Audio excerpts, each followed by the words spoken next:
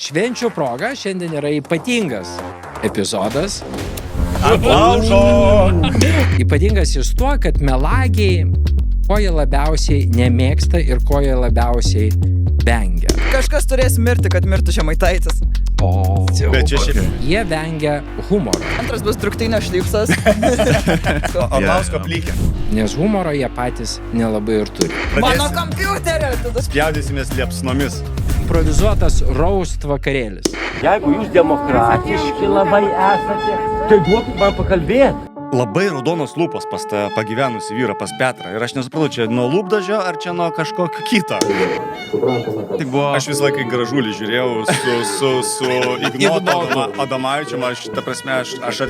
Aš niekad nebuvau taip arti zoologijos sodo ir manęs neskiria grotos nuo kažkokio gyvūno. Ir tai yra pati kvailiausia užsienio politikos linija.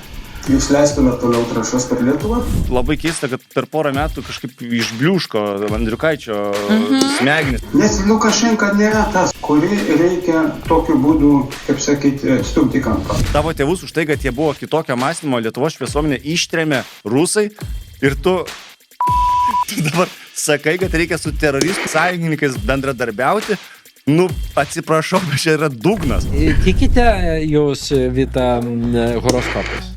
Ir kodėl manęs klausėte? Taip yra susidėlioja žvaigždės, taip susidėlioja meteorologiniai tam tikri dalykai. Jeigu jisai tiki, kad jo lemtis jau yra nulemta ir kad jis yra iškovojęs prezidento kažkokį titulą ateityje, nes horoskopas Juodasis Mėnulis lapkričio 16 buvo pasakęs, tai čia yra amžinas priešas. Ta prasme, mes neįveiksim. Jisai nebaigs. Pamatai laida, kuri gauna į metus 238 tūkstančius ir viena vedėja ir kažkokias bulkutes kepa.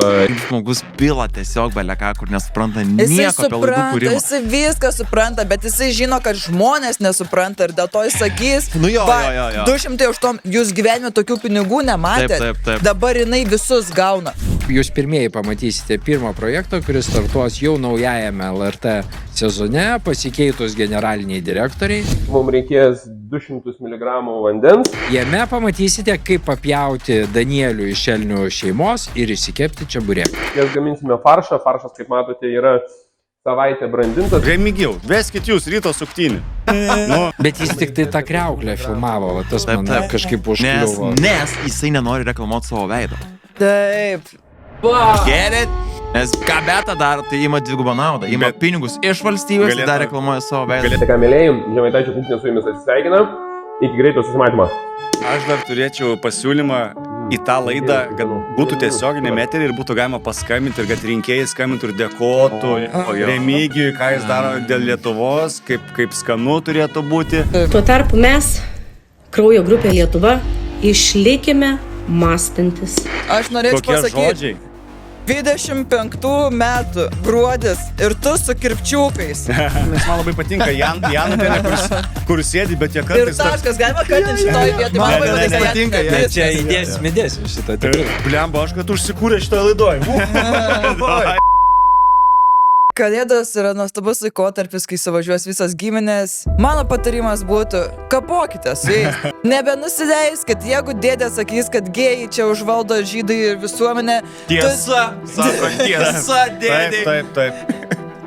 Ir...